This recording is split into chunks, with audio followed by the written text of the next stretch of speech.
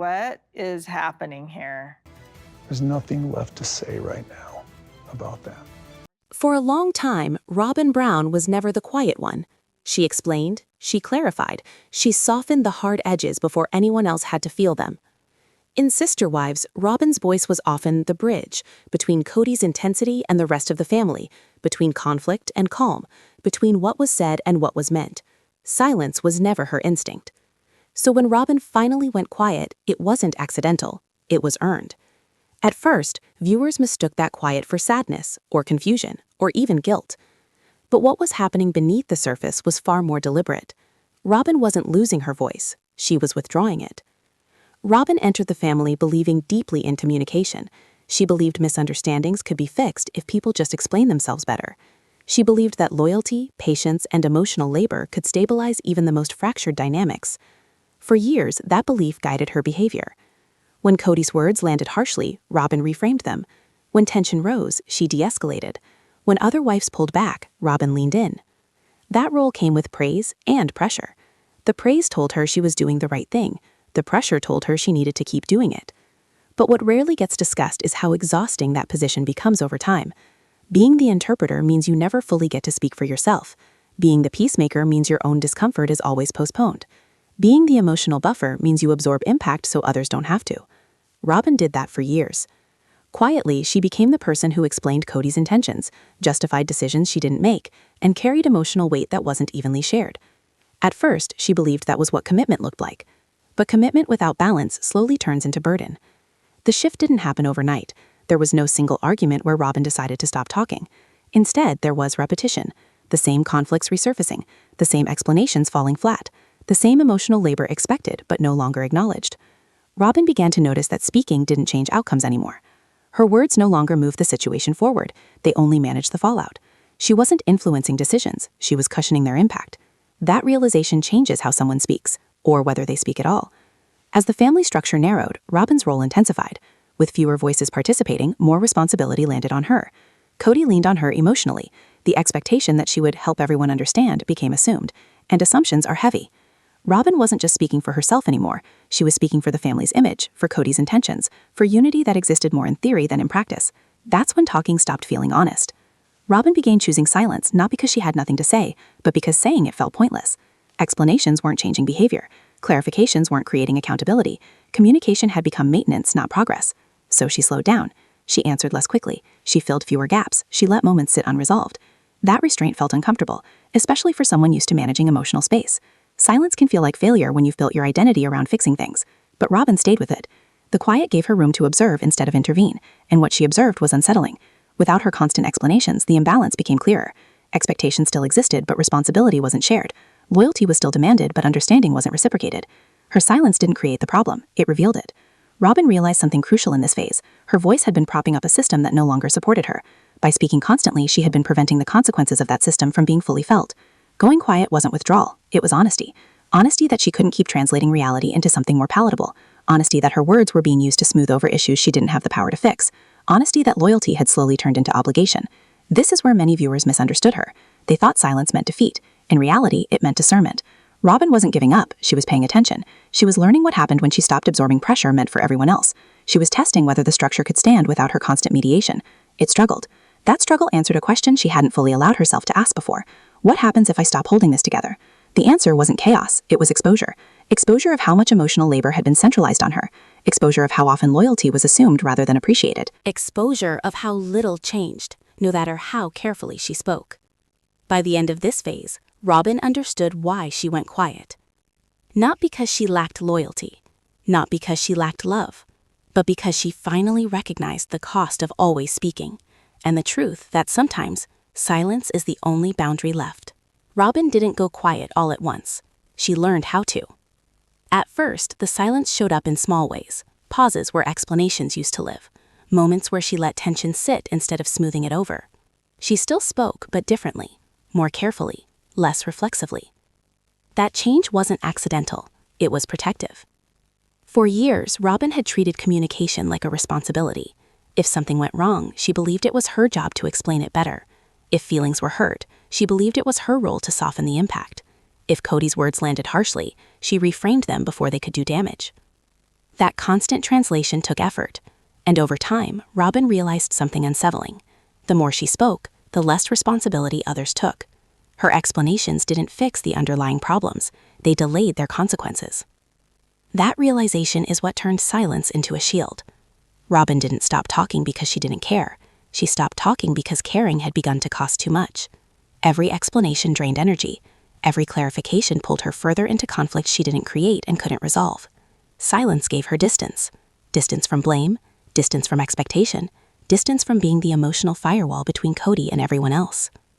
As the family dynamic tightened, Robyn's silence became more noticeable. Cody still spoke freely, conflicts still surfaced, but Robyn no longer rushed to reframe every situation in real time. She waited. Waiting changed everything. Without her immediate intervention, conversations landed differently. Words carried more weight. Reactions weren't redirected or softened. People had to sit with what was said, including Cody. Robyn noticed this, and instead of stepping back in to manage the discomfort, she stayed quiet. That choice wasn't passive, it was intentional. Robyn was testing something, even if she couldn't fully articulate it yet. She was testing whether her voice was essential to keeping the family functional, or whether it had been compensating for deeper imbalance. The answer came quickly. Without her constant explanations, misunderstandings didn't disappear. They lingered. And in that lingering, patterns became harder to ignore. The same expectations were placed on the same people. The same emotional labor was assumed. The same responsibility flowed in one direction. Silence made those patterns visible. Robyn began to see how often her words had been used to smooth over inequity rather than address it. She had been translating decisions she didn't help make, defending outcomes she couldn't change, and absorbing resentment meant for the system itself. That realization was heavy. It forced Robyn to reconsider the meaning of loyalty. Was loyalty about always speaking up, or was it about knowing when speaking enabled dysfunction? For the first time, Robyn allowed herself to consider that silence could be a boundary. Boundaries were unfamiliar territory for her. She had always associated boundaries with distance, and distance with failure. But what she was learning was different. Silence didn't push people away. It clarified where responsibility belonged. By going quiet, Robyn stopped volunteering emotional labor that had become expected rather than appreciated. She didn't announce this change. She didn't explain it. She simply practiced it. And practice made it easier. She began noticing how much lighter she felt when she didn't rush to fill every gap, how much clearer her own thoughts became when she wasn't constantly translating for others, how much calmer she felt when she let situations unfold without managing them. That calm wasn't indifferent, it was relief. Relief from carrying conversations that never led to change, relief from being the intermediary, relief from speaking into spaces that no longer listened. Of course, the silence wasn't always comfortable. There were moments when Robyn felt the urge to jump in, to correct, to clarify, to explain. Silence went against her instincts. It required restraint. It required trust that not every moment needed her intervention. But each time she resisted that urge, she learned something new. She learned that problems didn't disappear when she spoke. They were just postponed. She learned that accountability didn't increase with explanation. It often decreased. She learned that her voice had been doing work others weren't ready to do themselves. That knowledge changed her permanently. Cody felt the shift, even if he couldn't name it. The absence of Robyn's immediate reassurance created unease. He was used to her support reinforcing his words. Without it, his statements stood alone and were received differently. That unsettled him. Robyn saw that reaction and understood something important. Her silence wasn't creating instability. It was removing insulation. It was allowing reality to be felt without filters. And that mattered. Silence became the only way Robyn could stay honest without escalating conflict. If she spoke, she risked defending things she no longer fully believed in. If she stayed quiet, she maintained integrity without confrontation. Integrity mattered to her more than comfort. This phase also marked a subtle shift in how Robyn saw herself. She was no longer just the communicator or the peacemaker. She was an observer, an evaluator, someone allowed to decide when engagement was worth the cost. That shift restored a sense of agency she hadn't realized she'd lost. Robyn wasn't powerless. She had been over-involved. Silence recalibrated that involvement. As weeks and months passed, the quiet became part of her presence. She spoke when necessary, but no longer felt compelled to rescue conversations from discomfort. She allowed tension to exist without rushing to resolve it. That choice didn't solve the family's problems, but it stopped draining her. And that in itself was a form of self-preservation. Robyn's silence didn't just change how others heard her. It changed how she heard herself. At first, being quiet felt like restraint, a way to conserve energy, to avoid being pulled into conflicts she couldn't resolve. But over time, silence became something else entirely. It became awareness. Without the constant pressure to explain, Robyn finally had space to notice patterns she had been too busy managing to fully see. patterns in how decisions were made, patterns in who absorbed consequences, patterns in how often loyalty was assumed rather than acknowledged. Silence removed distraction, and what it revealed was uncomfortable. Robyn began to realize how much of her voice had been used to protect others from discomfort rather than to express her own truth. She had spoken so often on behalf of unity that she rarely asked whether that unity still existed in practice. Now, without speaking, she could observe, and observation changed everything. In Sister Wives, Robyn had always believed that communication was the solution, that if people talked things through carefully enough, misunderstandings would dissolve. But silence exposed a harder truth. The problem was no longer misunderstanding, it was misalignment. No amount of explanation could fix that. Robyn noticed how conversations looped without progress. The same concerns surfaced, were reframed, and then returned unchanged. Her earlier explanations hadn't resolved these loops, they had just softened their edges. Now, without her intervention, the loops were obvious, and obvious things demand reckoning. This awareness didn't arrive with anger, it arrived with sadness. Sadness that her effort hadn't been enough, sadness that loyalty, no matter how sincere, couldn't compensate for structural imbalance.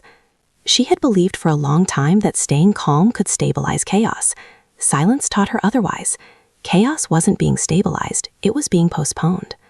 Robyn began to understand that her voice had become a buffer, not a bridge. A buffer absorbs impact. A bridge creates movement.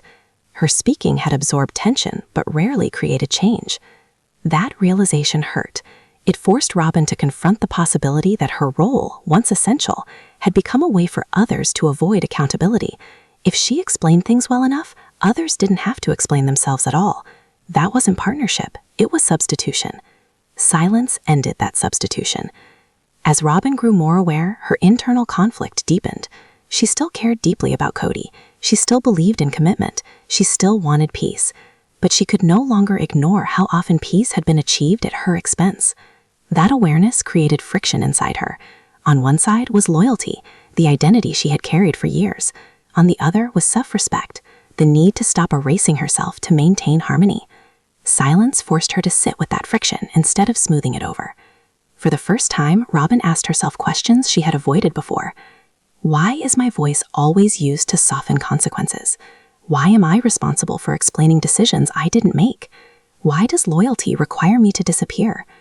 Those questions didn't demand immediate answers. They demanded honesty.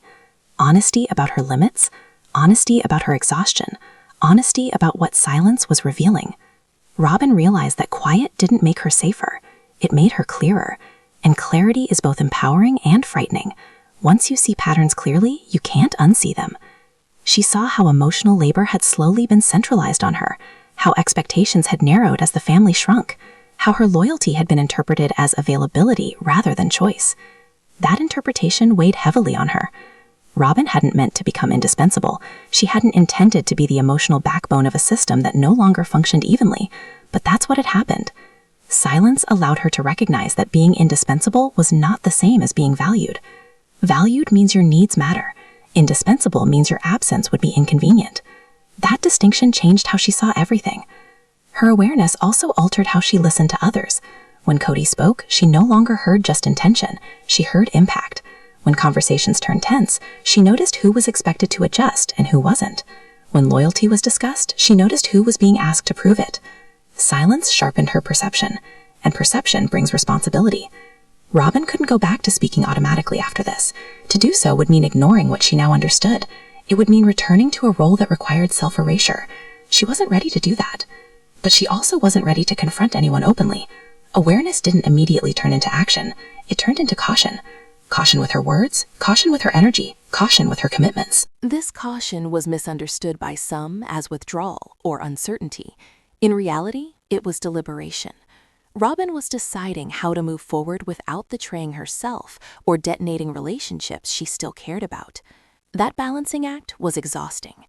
She felt caught between the person she had been and the person she was becoming, between the loyalty she believed in and the limits she now recognized. Silence gave her space to hold that tension without rushing to resolve it. And in that space, she began to see that staying quiet wasn't neutral, it was transformative. The more she listened, the more she realized that speaking less didn't make her invisible, it made others visible. Their reactions, their expectations, their assumptions surfaced without her filtering them. That visibility was uncomfortable for everyone, but it was honest. Robyn's awareness also changed how she viewed responsibility. She began separating what was hers to carry from what never had been. Emotional fallout from decisions she didn't make, resentment directed at structures she didn't design, pressure to maintain unity she didn't control. Those burdens began to feel optional, not because she stopped caring, but because she started discerning. Discernment is different from disengagement. It requires presence, not avoidance. Robyn remained present. She just wasn't willing to carry everything anymore. This phase marked a quiet but irreversible shift. Robyn didn't announce her awareness. She didn't demand change. She didn't explain herself. She simply stopped pretending that silence was temporary. Silence had taught her something too important to ignore. By this point, Robyn's silence could no longer be dismissed as mood or moment. It had become visible. Not because she announced it, not because she changed sides, but because she stopped filling space that had always been hers. For years, Robyn's presence in Sister Wives had been defined by engagement. She leaned forward in conversations, she clarified intent, she translated emotion. When tension rose, her voice was usually the first to soften it. Now, that voice waited. And waiting changed how every interaction felt. People noticed the pauses before she spoke, the moments where she looked down instead of jumping in, the way she let conversations end unfinished instead of rescuing them with explanation. Silence has weight when it replaces something familiar. Robyn's silence replaced reassurance. That absence unsettled everyone around her. Cody felt it immediately. He had grown used to Robyn as emotional reinforcement. Her agreement didn't just support him, it stabilized him. When she stopped automatically validating his words, the energy shifted. He spoke, she listened, and the space between those two things grew. That space forced Cody to sit with his own words without immediate alignment, without translation, without emotional cushioning. His frustration surfaced more clearly because it was no longer being softened.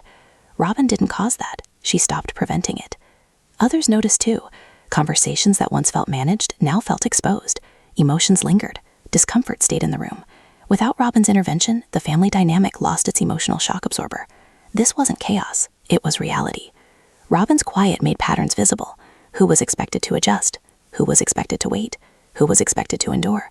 Without her voice smoothing the edges, imbalance was harder to ignore. And Robyn could see the reactions forming around her silence. Some interpreted it as withdrawal. Some saw it as uncertainty. Some felt threatened by it. But Robyn wasn't withdrawing from the family. She was withdrawing from the role that demanded she disappear. That distinction mattered to her, even if others didn't understand it yet. Her silence wasn't cold, it was careful. She still listened, she still cared, she still showed up. She just stopped absorbing responsibility for everyone else's emotions. That shift was subtle but powerful. For someone who had always been emotionally present, choosing restraint required discipline. It meant resisting the urge to fix things immediately. It meant trusting that discomfort could exist without her intervention. And discomfort did exist. Cody became more reactive. Without Robyn's immediate validation, his frustration had nowhere to go. He couldn't rely on her to redirect it. That made him louder, sharper, more visibly unsettled. Robyn watched this happen, and she didn't step in. Not because she wanted him to struggle, but because she recognized that stepping in would only delay the reckoning. She had learned that her voice had become a buffer between action and consequence. Removing that buffer wasn't punishment, it was honesty. Robyn's silence also changed how others related to her. Some began testing whether she would still step in if pushed. They spoke more forcefully, they waited for her reaction. She didn't give it. That restraint signaled something important. Robyn was no longer available for automatic emotional labor.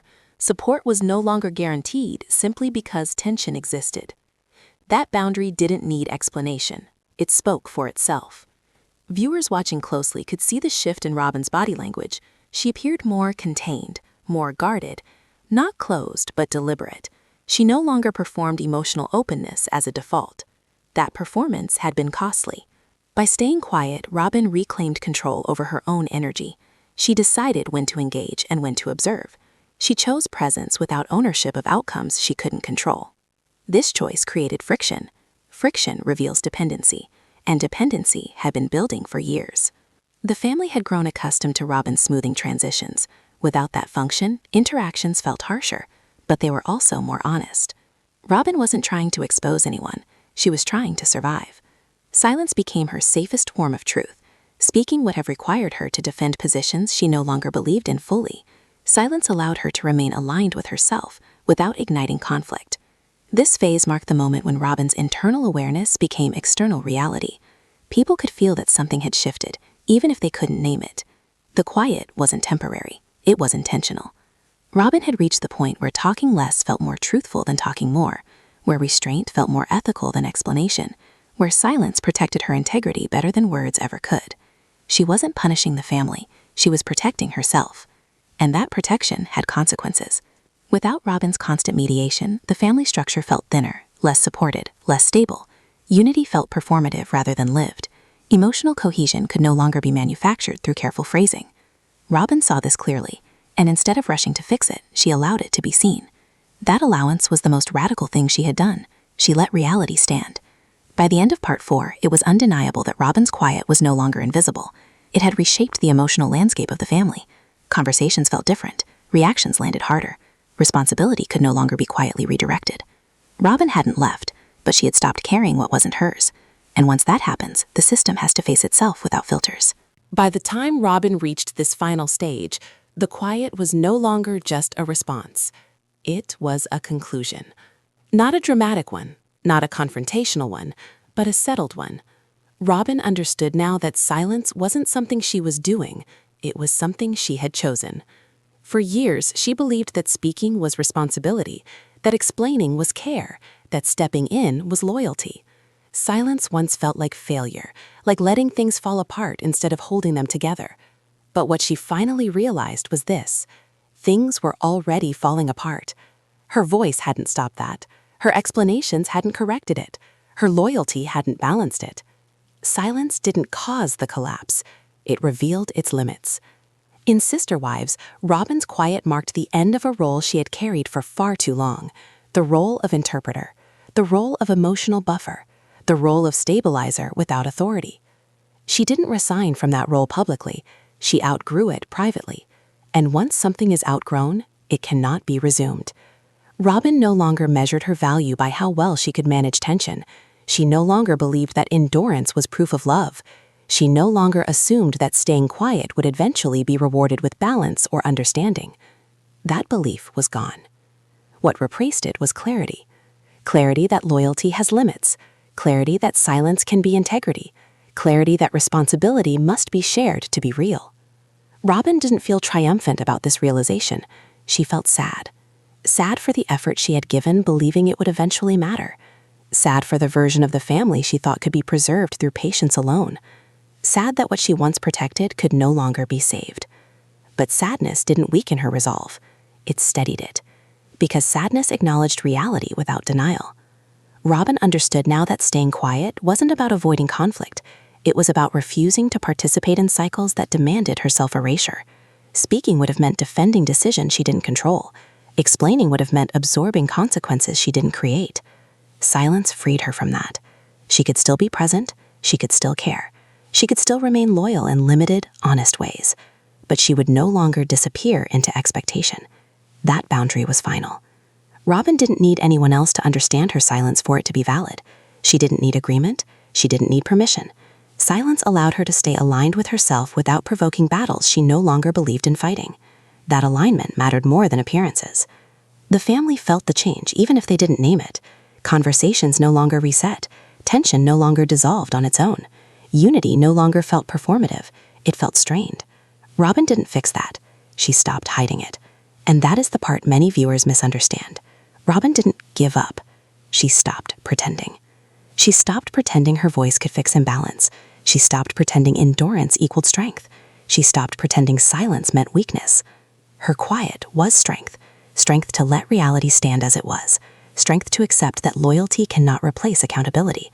Strength to recognize when effort becomes self-neglect. Robyn's silence wasn't the end of her loyalty. It was the limit of it. Loyalty up to the point of self-erasure is not loyalty. It's sacrifice without return. Robyn finally saw that line and refused to cross it again. That refusal didn't come with anger. It came with peace. Peace that comes when you stop arguing with reality. Peace that comes when you no longer try to carry what was never meant to be yours alone. Peace that comes when silence finally tells the truth words never could. By the end of this story, Robyn didn't emerge as a villain or a hero. She emerged as human, someone who stayed too long believing effort could fix structure, someone who learned, slowly, quietly, that some systems don't collapse because people stop trying. They collapse because trying was the only thing holding them up. Robyn's silence wasn't an ending designed for television. It was an ending designed for survival. And that's why it matters, because sometimes the most honest thing you can say is nothing at all. That's where Robyn's story rests. Not in noise, not in confrontation, but in clarity. A clarity earned through silence and protected by it. Even after Robyn went quiet, the story didn't end. It shifted. Silence doesn't close a chapter immediately. What it does is remove the noise that kept the chapter going longer than it should have. Once Robyn stopped speaking, the family dynamic had to exist without translation, without cushioning, without emotional mediation. And that changed everything that followed. At first, there was confusion. People weren't sure how to interpret Robyn anymore. She was still present, still attentive, still engaged in practical ways, but the emotional access others had relied on was no longer guaranteed. Conversations didn't reset the way they used to. Tension lingered instead of dissolving. That lingering tension forced everyone to sit with outcomes they had previously avoided. Robyn noticed something immediately. When she stayed quiet, responsibility stopped drifting toward her. Decisions no longer arrived with the expectation that she would explain them. Reactions no longer looked to her for softening. That wasn't rejection. It was redistribution. For the first time in a long time, Robyn wasn't the emotional endpoint of every difficult moment, and that revealed how much had been routed through her before. Cody struggled the most with this phase, not because Robyn had changed sides, she hadn't, but because her silence removed emotional reinforcement. Without her voice supporting or contextualizing his perspective, his words carried their full weight, and weight changes perception. Robyn didn't challenge him. She didn't contradict him. She simply didn't translate him anymore. That absence was destabilizing. Cody was used to reaction, agreement, reassurance, alignment. Robyn's quiet replaced reaction with space, and in that space, his frustration became more visible, less contained, harder to redirect. Robyn saw this clearly, and she didn't step in. Not out of spite, not out of punishment, but out of recognition. She recognized that stepping in would only restart a cycle she had already outgrown. Others in the family felt the shift too. Conversations became more honest, even when they were uncomfortable. Without Robyn's mediation, disagreements couldn't hide behind careful phrasing. Emotional imbalance stood out more starkly. Unity stopped being performative. It had to be real, or not exist at all. Robyn's silence didn't destroy unity. It tested whether it was ever there. This phase also changed how Robyn saw herself within the family. She no longer defined her value by her ability to keep things calm. She no longer measured her worth by how much tension she absorbed. Her presence became simpler. She showed up, she listened, she spoke when it mattered, and stayed quiet when it didn't. That selectivity was new and empowering. Robyn realized she didn't need to explain herself for speaking less. Silence didn't require justification. It was a boundary that spoke for itself. The longer she maintained it, the more settled she felt. Not relieved, settled. Relief can be temporary. Settlement is lasting. She had finally aligned her behavior with what she felt internally. She no longer performed loyalty in ways that cost her integrity. She no longer carried responsibility for outcomes she couldn't control. That alignment didn't fix relationships, but it stabilized her. And stability changes how people move forward. Robyn wasn't planning exits. She wasn't plotting confrontations. She wasn't waiting for dramatic resolution. She was living inside a quieter truth, that she could stay present without being consumed.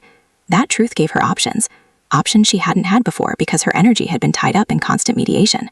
Silence gave that energy back. As time passed, it became clear that Robyn's quiet wasn't temporary. It wasn't a phase or a reaction. It was a calibration that held. People stopped expecting her to fill every gap. They stopped waiting for her to rescue conversations. The family dynamic adjusted, awkwardly, imperfectly, but honestly. And honesty, even when uncomfortable, is more sustainable than performance. Robyn's silence didn't come with celebration. It came with acceptance. Acceptance that some relationships don't end with confrontation. They change shape. Acceptance that loyalty doesn't always look loud or visible. Acceptance that staying true to yourself sometimes means saying less, not more. She wasn't quieter because she had nothing to say. She was quieter because she finally knew what wasn't hers to say. That understanding marked the true aftermath of her silence. Not a dramatic shift, not a clean ending, but a lasting boundary that reshaped how everything else unfolded. Robyn didn't become less loyal. She became more honest about the limits of loyalty. And once that honesty settles in, it doesn't reverse. It becomes the new foundation. Once Robyn's quiet settled into the rhythm of daily interaction, something deeper changed beneath the surface. Power shifted. Not the loud kind, not authority or control, but emotional power, the kind that determines who absorbs stress and who gets to release it. For years, Robyn had been the emotional release valve. When pressure built, it flowed toward her. She softened it, reframed it, and sent it back out in a more manageable form. That role gave the illusion of harmony, but it came at a cost. When she stopped speaking, that valve closed, and the pressure had nowhere else to go. At first, this created discomfort. Conversations felt heavier, silences felt awkward. People waited for Robyn to step in the way she always had. She didn't. That waiting exposed dependency. Dependency isn't always obvious when it's being met consistently, but when it disappears, it becomes impossible to ignore. Robyn's quiet revealed how much emotional regulation had been routed through her and how little had been shared. This wasn't intentional on anyone's part. It was structural.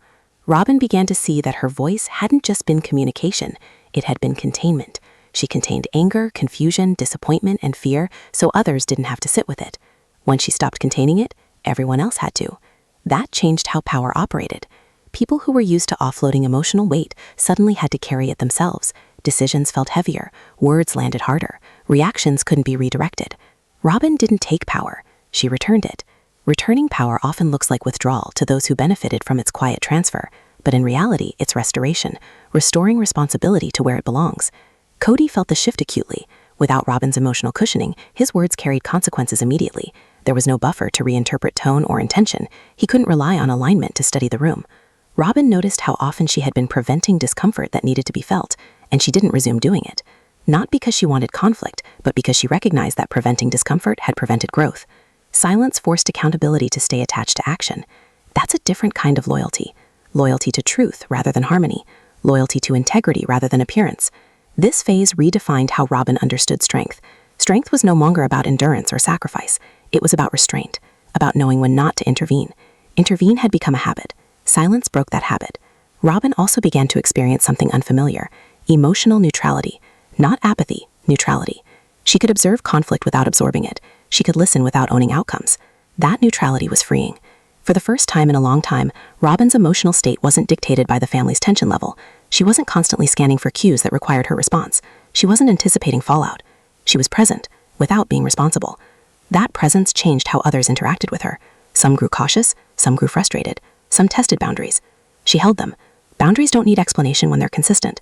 Robyn's silence was consistent. She didn't oscillate. She didn't re-engage emotionally when pressure increased. That consistency made her boundary real, and real boundaries change dynamics permanently. This phase also clarified something essential for Robyn. Speaking less didn't make her invisible. It made her position clearer. People now saw her as someone who chose when to engage rather than someone who was always available. Availability had been mistaken for loyalty.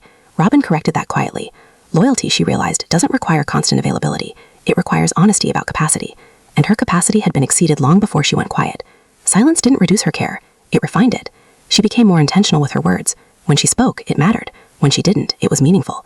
Her voice was no longer background noise or emotional filler. It had weight again. This redefinition of power unsettled the family narrative. The idea that harmony could be maintained through one person's emotional labor no longer held. Without Robyn's mediation, the system had to operate as it actually was, and it struggled. Robyn didn't feel vindicated by that struggle. She felt validated. Validated that her silence wasn't selfish. Validated that her exhaustion had been real. Validated that speaking less had restored balance, not broken it. This validation didn't come from others. It came from observing reality unfold without her interference. By the end of this phase, Robyn no longer questioned her quiet. She didn't wonder if she should step back in or explain herself. The answer was already clear. Silence had redefined her role, not as the family's emotional manager, but as an individual with limits. And once limits are respected internally, they don't need to be defended externally. By the time Robyn reached this stage, her quiet was no longer reactive. It was directional. Silence wasn't something she used to protect herself from the past. It had become something that shaped how she moved forward. For the first time in years, Robyn wasn't responding to the family's dynamics in real time. She was choosing how much access those dynamics had to her. That shift changed her sense of future. Before, Robyn's energy had been tied to maintenance, keeping things from breaking, smoothing what couldn't be fixed, managing fallout instead of shaping outcomes. Silence freed her from that loop. With fewer words spoken, she had more mental space. And in that space, perspective emerged. Robyn began to imagine a version of herself that wasn't defined by reaction. She didn't need to plan dramatic exits or confrontations. She didn't need to map out escape routes. She simply needed to live inside her limits and let those limits guide her decisions. Silence gave her that guidance. She noticed how differently she felt in moments where she chose not to engage. Less anxious, less tense, more grounded. The absence of constant explanation allowed her to reconnect with her own instincts. Instincts she had muted for years. Robyn realized how often she had overridden her own discomfort to maintain peace. Silence stopped that override. It allowed her to listen inward instead of outward. That inward listening changed how she evaluated situations. She no longer asked, "How do I fix this?" She asked, "Is this mine to fix?" Often the answer was no, and accepting that answer was liberating. This phase altered Robyn's relationship with time. Urgency had once driven her responses. She felt pressure to speak quickly, to clarify immediately, to intervene before things escalated. Silence removed that urgency. She learned that not every moment requires a response, that time itself can resolve or reveal what words can't. Waiting became a strategy rather than a risk. That patience extended beyond conversations. It influenced how she thought about her future role within the family. Robyn stopped assuming permanence in dynamics that felt unstable. She stopped investing emotional energy in outcomes she couldn't influence. Instead, she focused on sustainability. What could she maintain without losing herself? That question guided her quietly. Silence also softened Robyn's internal narrative. She stopped judging herself for being tired. She stopped framing exhaustion as failure. She recognized that burnout wasn't a personal flaw. It was a signal that something had been demanded for too long without support. Listening to that signal didn't make her weak. It made her honest. As Robyn leaned into this honesty, she found that silence didn't isolate her. It clarified her relationships. People who respected her boundaries adapted. Those who relied on her emotional availability pushed back. That contrast was informative. She didn't need to confront it. She observed it. Observation replaced explanation as her primary tool. She learned more by watching how others responded to her quiet than she ever did by speaking. And what she learned reshaped her expectations. She stopped expecting understanding from those who benefited from her silence being broken. She stopped expecting balance from a structure that had never distributed responsibility evenly. Expectation had been a source of disappointment. Silence reduced expectation. With lower expectation came steadier ground. Robyn began to feel anchored in herself rather than in the family's approval or reaction. That anchoring made future choices clearer. Not easier, but clearer. She didn't need to know what would happen next. She just needed to know what she would no longer do. She would no longer explain herself into exhaustion. She would no longer translate discomfort away. She would no longer absorb pressure to preserve appearances. Those refusals shaped her path forward more than any spoken plan. This phase wasn't dramatic. It was quiet consistency. And consistency builds direction. Robyn wasn't aiming for reinvention. She wasn't trying to reclaim a narrative. She was simply aligning her actions with what silence had taught her. That alignment made her future feel less reactive and more intentional. She wasn't bracing for the next conflict. She was choosing how to engage or not engage based on capacity. Silence had become her compass. By the end of Part 8, Robyn no longer saw quiet as an endpoint.